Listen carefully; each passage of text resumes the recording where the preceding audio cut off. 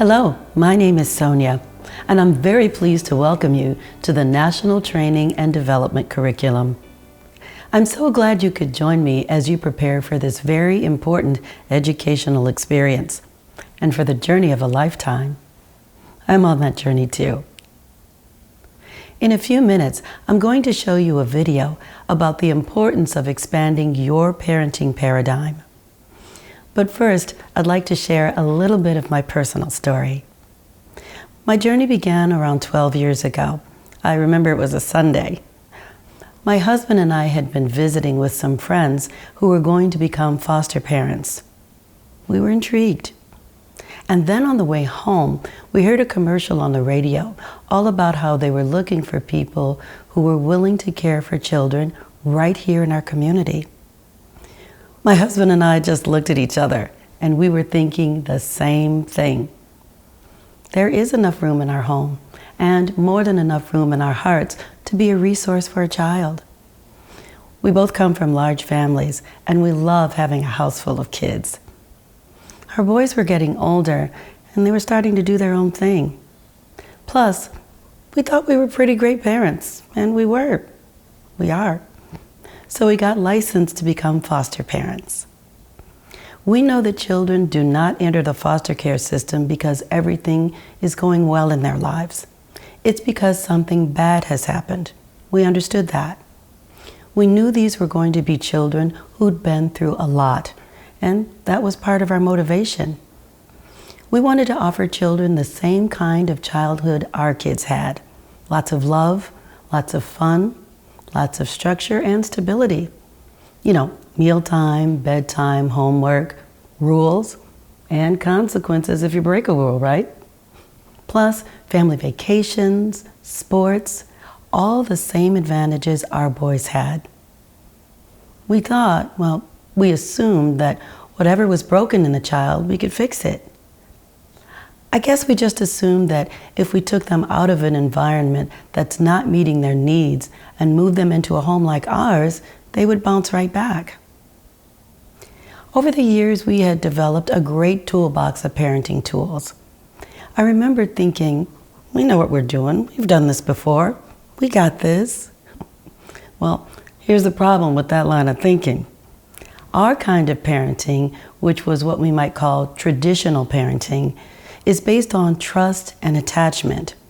We had that with our boys from day one. It was just automatic. Here's the problem.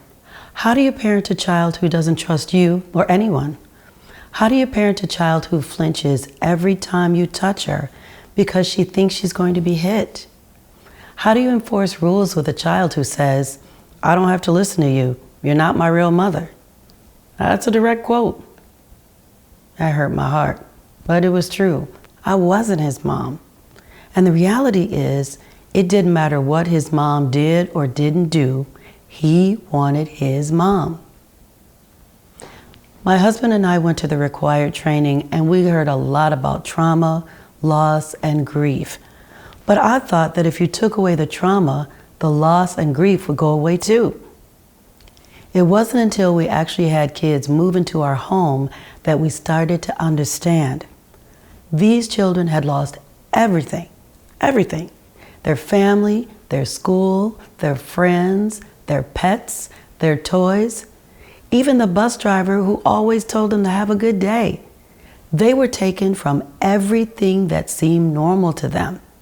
Now that I look back on it, I was so focused on what they would gain and what we were gaining that I didn't fully understand how much they lost. We tried every tool in our toolbox: timeout, consequences, incentives, threats, sticker charts. Oh, the sticker charts. If I never see another sticker chart for as long as I live, it will be too soon. The truth is, we needed some new tools. Anyone who is fostering or adopting children who have experienced trauma, grief, or loss needs new tools. That doesn't mean you throw away your existing tools. They still have a lot of value. But you'll also need some new tools. Let me give you an example. Imagine you're a roofer. You've been installing roofs for years. You're really good at it. So you show up on a new job site one day ready to go. You open your trusty toolbox, take out your favorite shingle cutter, and it doesn't work. The other roofer on the crew seems to be cutting his shingles with ease. He's using a completely different tool, one you've never tried before. That's when it hits you. Your shingle cutter is for asphalt shingles. You need to cut slate shingles. He calls you over, you watch him work. He gives you a few pointers and shows you where to get your own slate cutter. With a little practice, you're cutting shingles like the pro that you are. Later on, when it's time to install the roof, you take out your most reliable roofing hammer, and it's the same problem. It doesn't work. Once again, your coworker offers you a better tool for the job. It takes practice to get the hang of it, but you do get the hang of it. What's the expression? The right tool for the right job. That's how I'd like you to think of the National Training and Development Curriculum. The right tool for the right job. We're here to help you add some tools to your parenting toolbox, so you will have the tools you need to do the most challenging, most rewarding, and the most worthwhile job you will ever do. Not everyone is cut out for this job, but if you are, you will change a child's life. And your life will change too, in ways you can't imagine. So now I invite you to sit back, relax, and watch a 30-minute video that will help you understand what expanding your parenting paradigm means, why it is necessary, and how to go about doing it. The video is divided into 3 segments, so if you need to step away or take a break, we have built in some natural break spots for you. Let's take a look.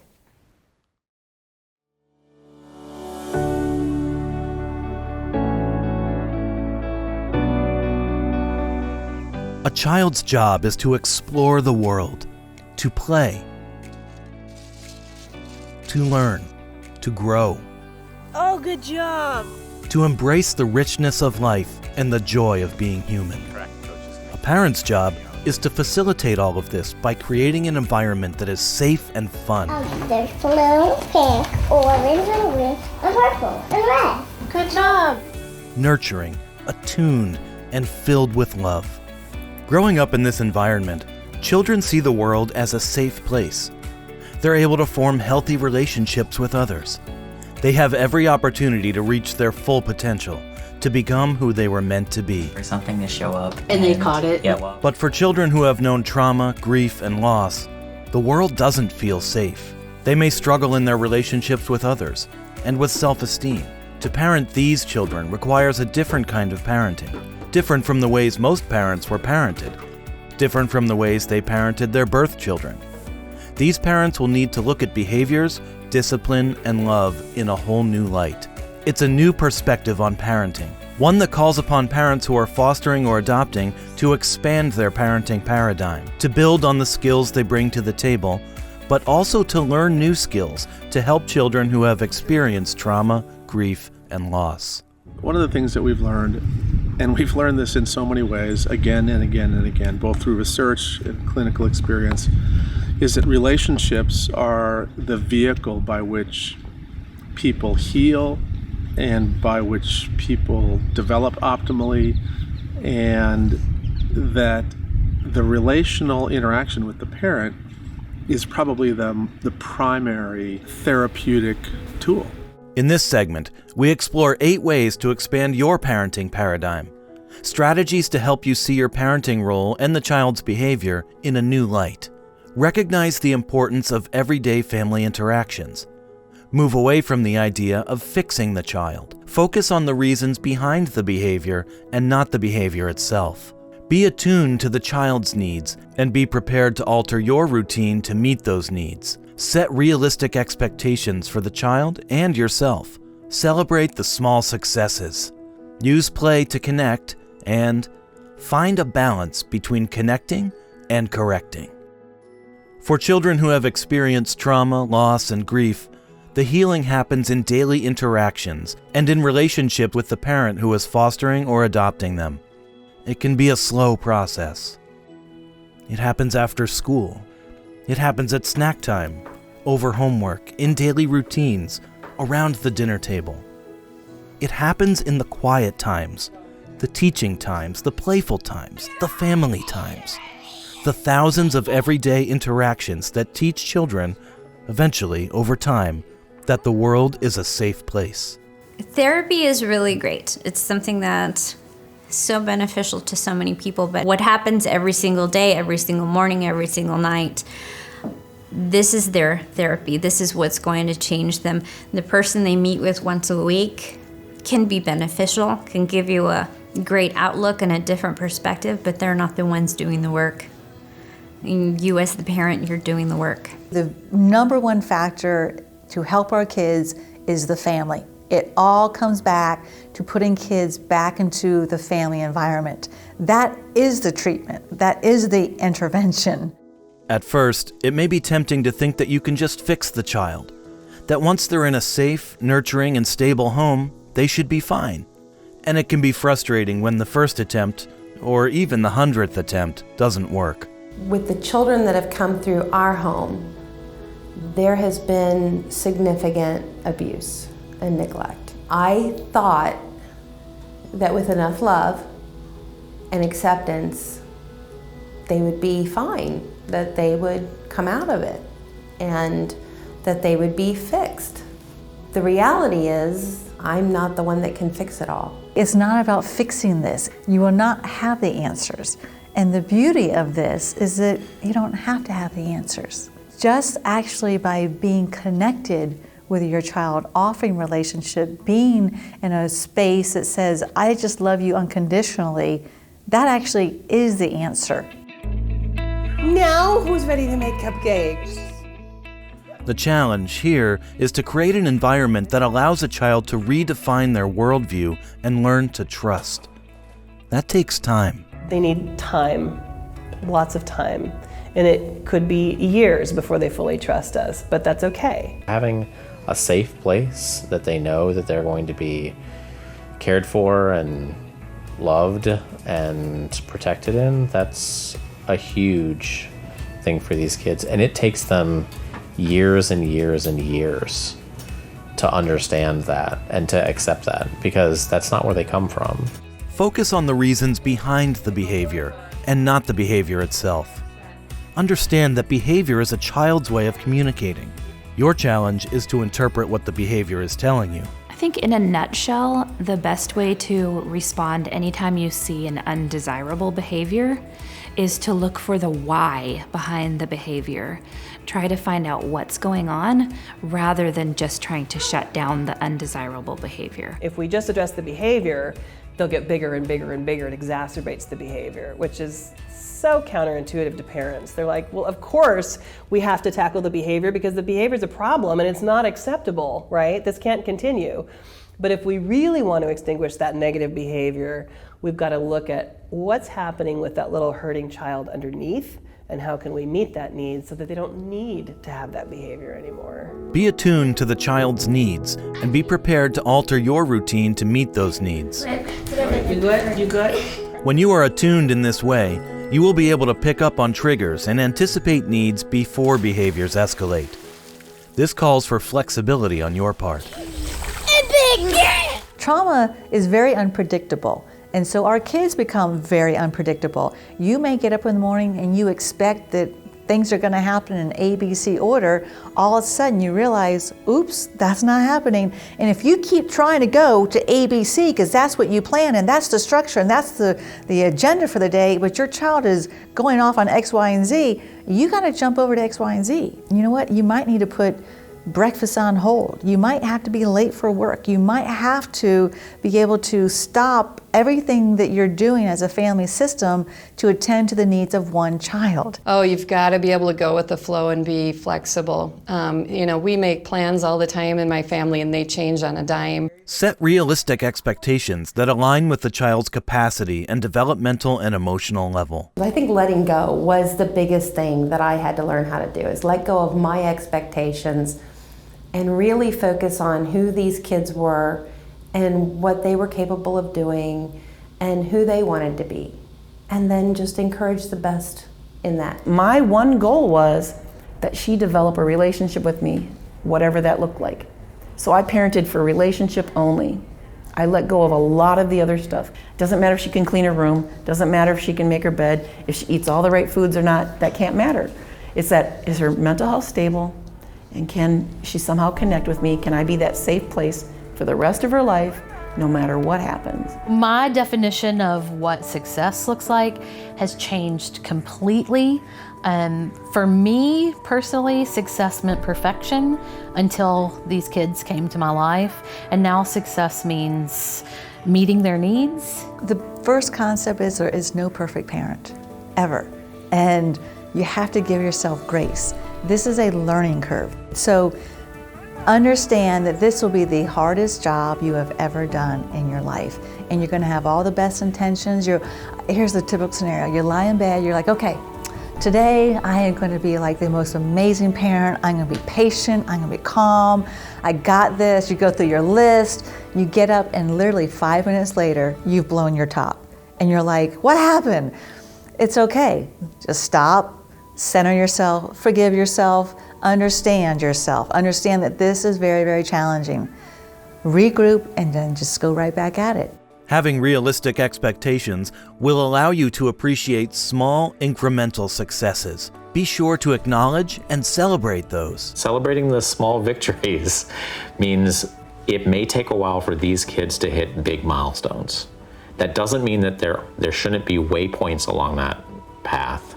And all of those should be celebrated, because it's not just for the kid to feel like they've accomplished something. It lifts your spirit when you can celebrate their small victories on the way to those big milestones. Play and fun are an important part of childhood and crucial to a safe and stable environment where children can thrive. Sometimes families just need to focus on being a family and having fun together. You have to stay playful, and you have to have fun with your children, even if they need a lot of structure and discipline. You have to have fun with them, because you forget sometimes that they're just kids. Correcting a child is more effective when you connect first. Find a balance that supports your relationship building goal. I think it can pick up water, but I'm not sure if it'll pick up the bead. Sometimes we forget that the definition of discipline is actually to teach. That was a key flip in my brain. If I'm always constantly trying to correct misbehavior, and I'm looking at it as correcting misbehavior, then I'm always constantly the disciplinarian and the bad guy. And why would my children want to have those loving, caring relationships that are necessary for healing with a meanie? When I realized I say don't, no, stop, almost everything that came out of my mouth with my daughter, I'm like, I have to change this. Who wants to hear criticism all day long? Who wants to be told they're wrong? Nobody. I don't. I have to say, these are the good things. These are the things I like about you. These are the things you're good at. Every child is different. Each child comes into care with experiences that will affect how you parent.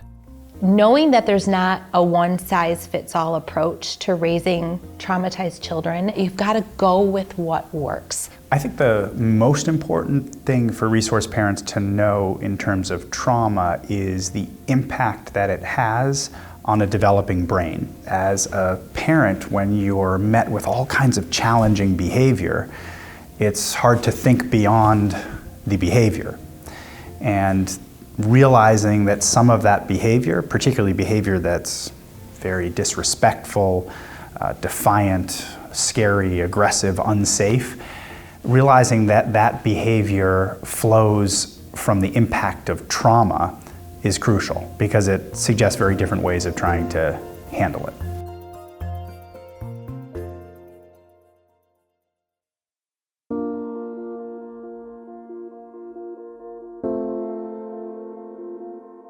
Science tells us that the experiences we have in the first years of life have a profound impact on how our brain develops. We know that a growing brain needs a nurturing environment, positive interactions, sensory-rich experiences, strong attachments, and learning opportunities. We also know that toxic stress can interfere with healthy brain development. To understand how trauma impacts the developing brain, consider how a brain develops under optimal conditions. It starts here, in utero. If you look at this simple model of the brain, Part of what we're trying to illustrate with this image is that the brain's organized in a hierarchical fashion, from the lowest and simplest parts all the way up to the highest and most complex parts of the brain. Beginning in utero, the brain develops from the bottom, or brainstem, to the top, or cortex. And that part of the brain is involved in planning and speech and language and knowing right from wrong. And then when you go way down to the bottom part of the brain, this is the part of the brain that's involved in regulating heart rate, blood pressure, respiration, very simple functions. The middle parts of the brain mediate and are responsible for your mood, and they play a role in attention, and they play a role in motor movement. If you have healthy relational experiences, lots of learning opportunities, you are in an environment where you're loved and you get attention and you have opportunities to explore the world in a healthy way, those systems develop pretty normally and they help the brain and body work in this smooth and integrated way. But we know that there are three things that will predictably alter the development of those systems and cause problems in every part of the brain that they connect with and in the body. And those three things are some form of intrauterine insult, like prenatal alcohol, prenatal meth, prenatal distress for the mother. The second thing is disruptions in bonding and attachment in the first years of life. And the third thing is traumatic experiences. And so when you think about the child that you live with, many of those children have had all three of those things. They've had some form of intrauterine insult. They've had bonding disruptions when they were young. And then they've been exposed to all kinds of events that are potentially traumatic. And so it's no surprise then that they have a cascade of problems from the top part of their brain all the way down to the bottom part of their brain. This sequence of brain development, from the bottom to the top, is the same sequence by which the brain processes experience. The fact that the brain processes experience sequentially means that the first part of the brain that gets dibs on processing information is the lowest and dumbest part of your brain. So the lower part of your brain, very simple, very primitive, very regulatory, and the truth is when information comes into that part of the brain can't tell whether or not this is an experience that's happening now or this is an experience that happened 10 years ago. And this becomes a problem, particularly if your experiences 10 years ago were characterized by threat. Think of this lowest, most primitive part of the brain as the survival brain. In the presence of danger, the survival brain takes over, shutting down the other parts of the brain. When survival is at stake, nothing else matters. When the danger is gone, things go back to normal. But as we will see, the brain of a child who has known trauma may get stuck in survival mode. This is a brain on high alert, as though danger is always lurking. It's interpreting the present based upon a whole set of memories and associations that were created in that child's past. And if the past was characterized by unpredictability, by threat, by chaos, what's going to happen is if the present has any sensory cue or any quality that's reminiscent of that past, the child is going to act in the present as if they're being hurt in the past. And that means that if they had a caregiver who, when they raised their voice, would then hit the child, if they have a teacher who gets frustrated and raises her voice, the lower part of the brain is going to trigger a set of behaviors that are defensive and reactive, but completely inappropriate for that specific situation. Any sensory cue can be a trigger. When they hear a siren, when they smell smoke, when they smell the smell of alcohol on somebody's breath, when they see a certain tattoo on a certain part of a body, all of those things can be triggers. The key thing about this is that most of us are at baseline pretty well regulated. And when we have a moderate challenge, we have a moderate internal response. But the kids that we work with frequently have what we call a sensitized stress response. And what that means is they're overly reactive. So if they have a minor challenge, they'll have an overreaction, and they won't think about the consequences of their behavior, they'll just behave. And the behavior will be primitive and aggressive. And so they'll hit the kid who bumped into them in the hallway. And then the teacher will go, "What were you thinking?" And the reality is, he wasn't thinking, he was reacting. A sensitized stress response can be traced to the baby's earliest experiences, the associations and memories that were formed in infancy. You connect as an infant, touch and smell and sight and sound, and it helps you make sense out of the world. And the major provider of the environmental cues for the baby is the primary caregiver. So if this primary caregiver, this attuned, attentive, and responsive caregiver, is meeting your fundamental needs when you're hungry, when you're thirsty, when you're cold, and so forth, your brain starts to make an association between human beings, all of the attributes of this person that's meeting your fundamental needs, and safety, and predictability, and reward, pleasure. All of this leads to a set of associations, i.e. memories, that become the basis for what we call attachment. Visualize a cycle of attachment. In infancy, it goes something like this. The baby is hungry, wet, lonely, or otherwise distressed. There's been a disruption in sensation, and the baby is dysregulated. The baby expresses this discomfort by crying, whining, squirming, making faces. The caregiver interprets the source of the baby's distress and responds with food, a dry diaper, rocking, and other nurturing acts. The baby feels safe, protected, and understood. The baby relaxes. This cycle repeats again and again, thousands of times throughout infancy and childhood, creating memories and building attachment. And so if you have these wonderful bonding interactions early in life, you have a healthy capacity over time to form and maintain relationships. And this becomes really a crucial part of your capacity to benefit from school and friends and everything else. And it's really very intimately related to success in life. Now, consider what happens when the cycle of attachment is disrupted. As in the earlier example, a baby is distressed. Something's wrong. The baby cries out for help. But in this scenario, sometimes a caregiver comes, sometimes nobody comes. Sometimes adults are loving and gentle, sometimes they are harsh or even abusive. In this unpredictable environment, the baby feels unsafe, unprotected, misunderstood, and insecure. Many of the kids that we work with, when they were younger, had inconsistent, unpredictable, depressed, or absent caregivers.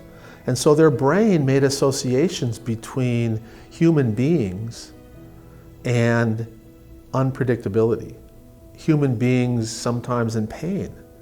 Human beings and rage. It's no wonder that the brains of abused and neglected children are wired for fear.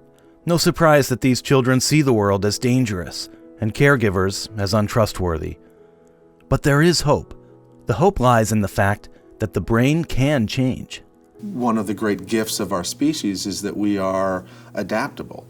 And in large part, that adaptability comes from the remarkable neuroplasticity that we have. And this is the hope, right? The very same neural networks that cause all of this pathology are the same neural networks that build resilience. Resource parents have such an opportunity to change the experiences that these kids have had and to offer new experiences of safety and love and comfort and connection and the ability to be a productive part of the world. It's not going to happen overnight. It doesn't happen through words, it happens through actions, and it happens through repetition of positive experiences in a family.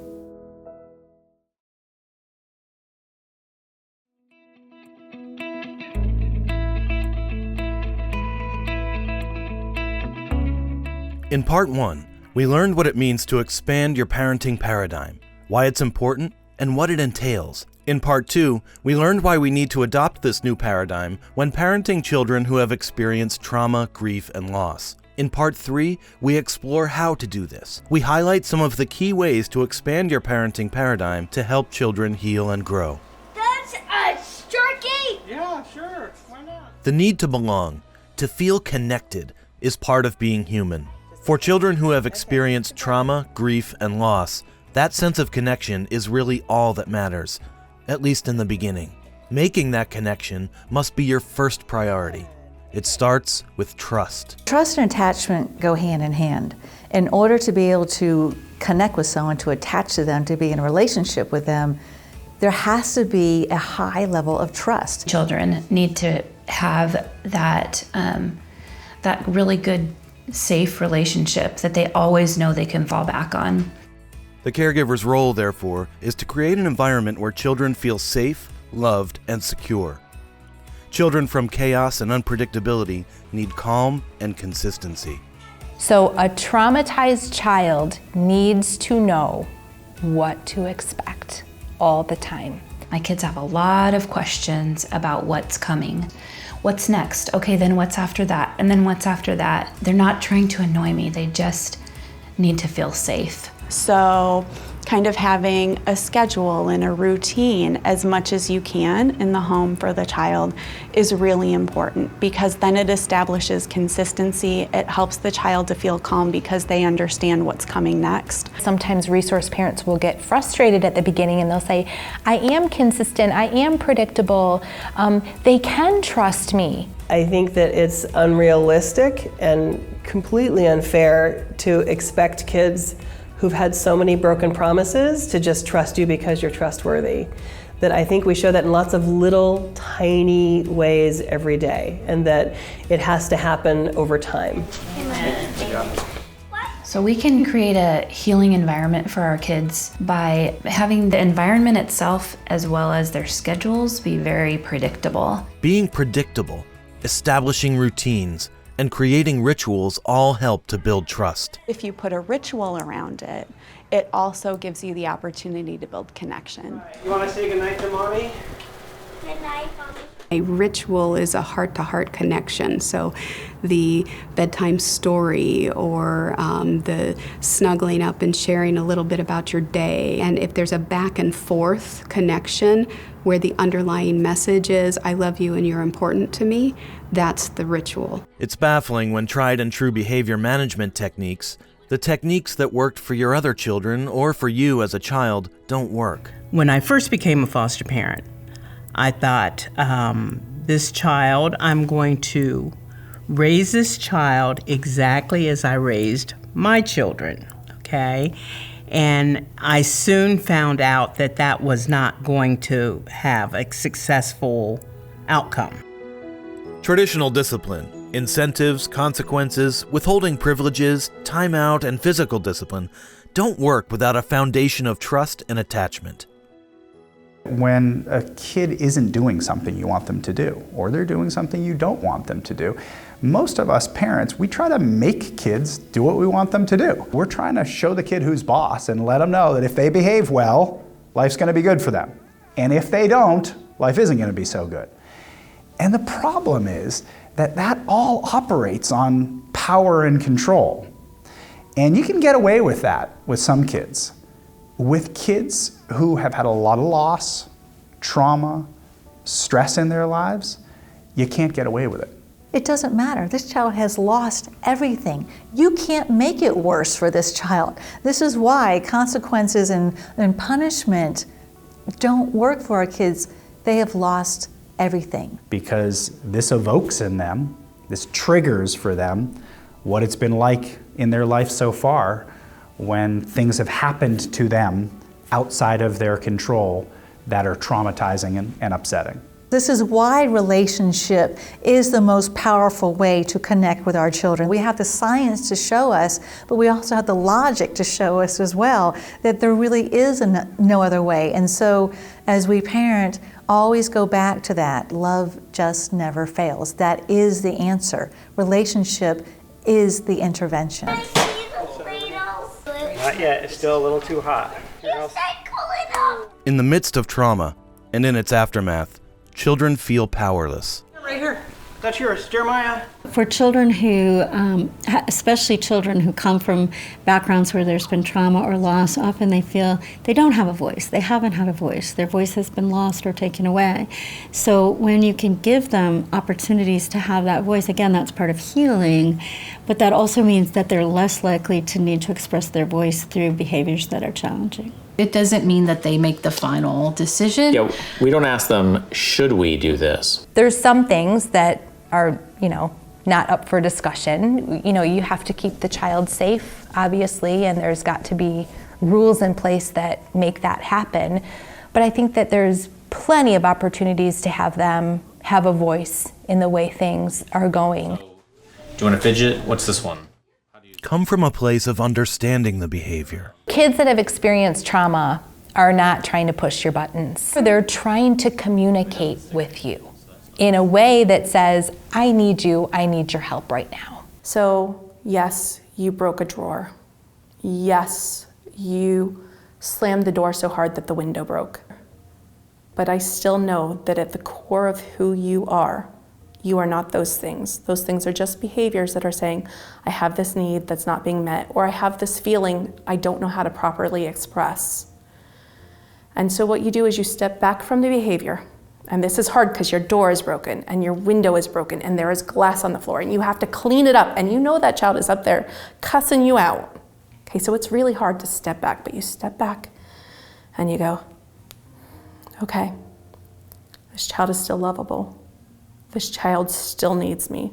This child still is worthy of care. Be attuned to the child. That means being fully present, listening actively, and giving the child your full attention. And then how many pillows do you have now?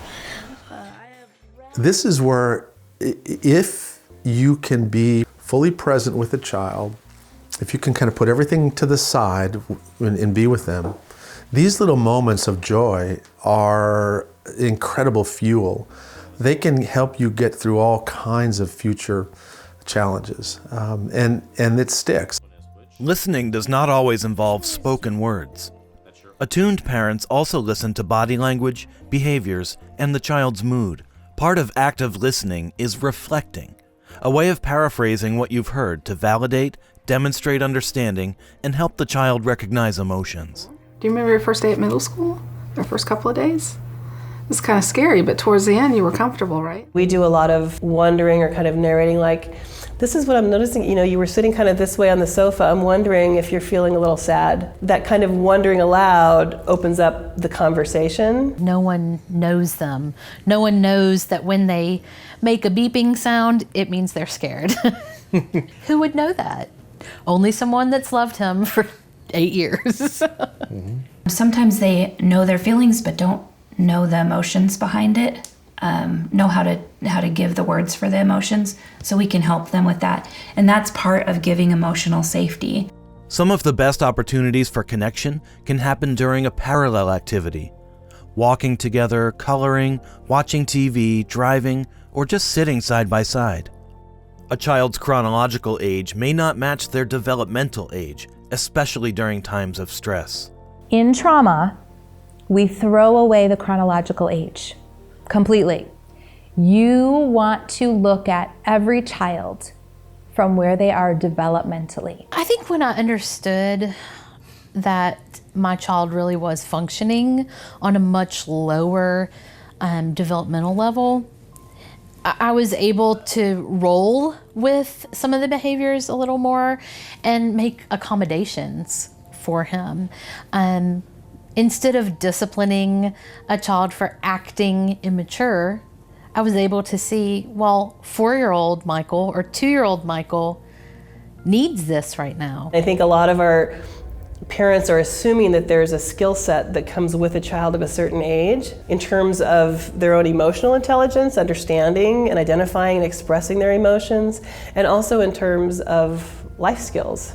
In reality, these children may lack many of the skills that other children acquire in families. These skills can be learned in the new environment. Self-regulation is key. One of the biggest challenges for parents who are fostering or adopting is to stay regulated and not take things personally. There's one fundamental truth that we need to talk about today, and that is that somebody who's dysregulated, worked up, can't regulate somebody else. So I tell parents, the most important thing is us staying calm. If the kid can't find peace, you have to be it. You have to bring that peace. If they can't find calm, you have to be it. So for a kid who is dysregulated, you gotta get them regulated. And that's based on our relationship, and it's based on me being calm first. Over time, it's easier to see undesirable behaviors for what they really are: an unmet need, a gap in skills, unresolved grief, stress, or fear. So if I was to go in that room and start giving them a lecture on why they shouldn't be acting the way they're acting, that's just gonna escalate them more. But if I come in and we're not even talking about it, I'm just there, my physical calm presence is going to help them calm down. And then when you get to the time where it's time to process what just happened, at that point you can usually have a quiet, honest conversation about whatever occurred. And for us, that point is the point where it's really all about repair. What relationship repair? What got damaged? How do you fix that? How can we make that better going forward? And so they're vulnerable, they're open, and they're willing, and you really are making progress in those moments, and you begin to see less of those explosions over time. The best advice I can tell a foster parent is never to take it personally. Just don't. I don't care what you hear coming out of their mouth. Don't take it personal. You have to just say to yourself, it's not about me. It's not about me. If you could just tell yourself it's about this child and it's not about me, you'll find the strength. Ultimately, families that do succeed and are successful at this are the ones that come to a level of acceptance, complete acceptance. They throw out all their expectations from the beginning and accept, okay, this child is exactly who he is or she is, and they're perfectly acceptable just who they are. And we want to move them forward to help them heal, but we're not trying to get a child to be somebody that they aren't. I find so many beautiful things about this adoption process that I'm a part of. To have someone love you who shouldn't is beautiful. You get to witness someone blossom, someone feel safe, someone develop their personality. There's nothing like the love of a child. You'll never be loved in your life ever like a child loves you, is capable of loving you. And a child who you didn't think had that in them, when they show that to you and you're the one who's on the receiving end of that, there's nothing more powerful. It's not what I thought it would be, and it doesn't have to. It's better. Harder, better. Welcome back. By now you're starting to get a sense of what it will mean to expand your parenting paradigm and why it's important. And I truly hope you're looking forward to adding some new tools to your parenting toolbox as you take on the challenge and the joy of caring for children who have been through trauma and loss. As you continue through the National Training and Development Curriculum, you will gain many skills and acquire much knowledge, and you will also grow. You will start to develop the qualities you need to help children thrive. You'll become more adaptable, more patient, more creative, more hopeful, braver. I became fierce. It's all part of building that toolbox we keep talking about and expanding your parenting paradigm. One last example. If you had a child with a food allergy or asthma or diabetes, you would learn everything you could about that child's needs, right? And you would do anything you had to do to keep the child healthy and safe. Think about a child with diabetes specifically. You would learn to adjust the child's food intake. You'd make sure the child is eating throughout the day, give any medications they need, and you'd learn to recognize signs that the child's blood sugar is getting too low. Obviously, we would not expect a child with diabetes to adjust their medical needs to accommodate us, or to be more like the other children in the family. We would make the adjustments, and we would make a point of educating anyone who takes care of our child to be sure they know what that child needs. The children we're talking about, children who have experienced trauma, grief, and loss, don't have a clear-cut diagnosis like diabetes. Their struggles might not be evident at a glance. But like a child with diabetes, these children do have needs, and we're the ones who have to make the adjustments to meet the child's needs. Karen Purvis said it best. We encourage you to have the mindset that it's you and the child facing the world, ready to resolve whatever problems arise. Show your deep commitment, not only in words, but through body language, posture, and voice. I invite you to approach this journey with an open mind and receptive heart. Be ready to challenge and stretch yourself as never before. Be prepared to love unconditionally, even if it takes a very long time to receive that love back. Plan on learning things about yourself that you never knew. Not all good, but mostly amazing. Know that whatever you're imagining, you'll probably end up with something completely different. It's so hard, but it's so worth it. Now we're going to hear from the experts. We asked young adults who grew up in foster care or adoption to share what they think parents who are fostering or adopting need to know.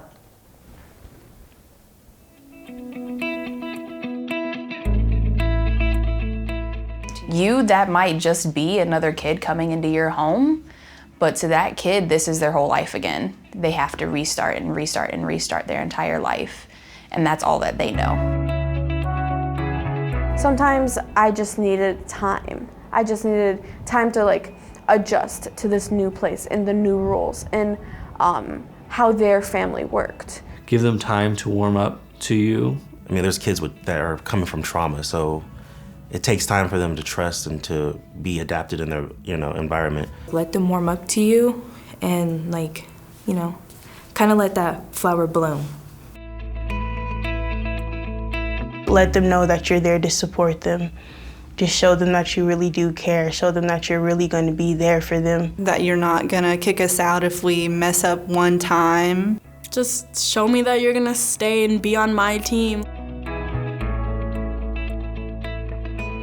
Listen to them, that's the biggest thing. I wish I had a parent that would have sat me down and listened to what I had to say from actually inside of me, not me just saying whatever I think they want to hear, saying what I actually think and feel. It's definitely important for foster parents to show the kids that, hey, you're in a safe place. You don't have to worry about, there being food in the house. Well, I needed to feel supported and safe and my home situation wasn't fragile. Be as inclusive and open-minded as possible is my thing, because it's so much nicer as a queer child to feel safe in someone's house, no matter what you have going on. Get to know me, don't just judge me by what my file says. Ask me things that you want to know about me. That's a great way to build trust. Just accept me for who I am and not try to change me for where I'm not. Acceptance and respect. Let me be my own person. Don't force your beliefs and your way of life onto me. I'd say let the child come to you on their terms. And just kind of make it all about the child themselves and not just a child in general. They need to take interest in the youth's life and personality. Ask them what they like to do, what they like to eat, what do they do for their free time, what's their favorite subject. Do you like sports? Do you want to drive? Do you want to hug? Do you want to talk? What do you want to do, Because once you get to know them, then they'll be like, okay, she's trying or he's trying. Whether they there for 2 days or 2 years, it's still just look at them as your kid, treat them as your kid. I think that there's a balancing act of a foster parent being too invasive, but also being too absent. I remember in a few different situations, I had said, go away. leave me alone. Sometimes they want to be left alone, but sometimes we want to be checked on too. Knowing that there is somebody that's willing to just sit here with me while I go through my stuff by myself is powerful. It can help a lot, and that definitely helped me with a lot of trust. Give them their space, but the more you check in with them and the more you let them know that you're there, they're gonna open up eventually. I know how it feels to feel unloved, unwanted, wondering what's wrong with me, why nobody wants me, so I felt like that a lot. I wanted so badly to be what those families wanted me to be. I didn't want to move again. I wanted to feel loved. That's it. Just to be loved and wanted in a family, not just a foster family, like a family. Like you're home.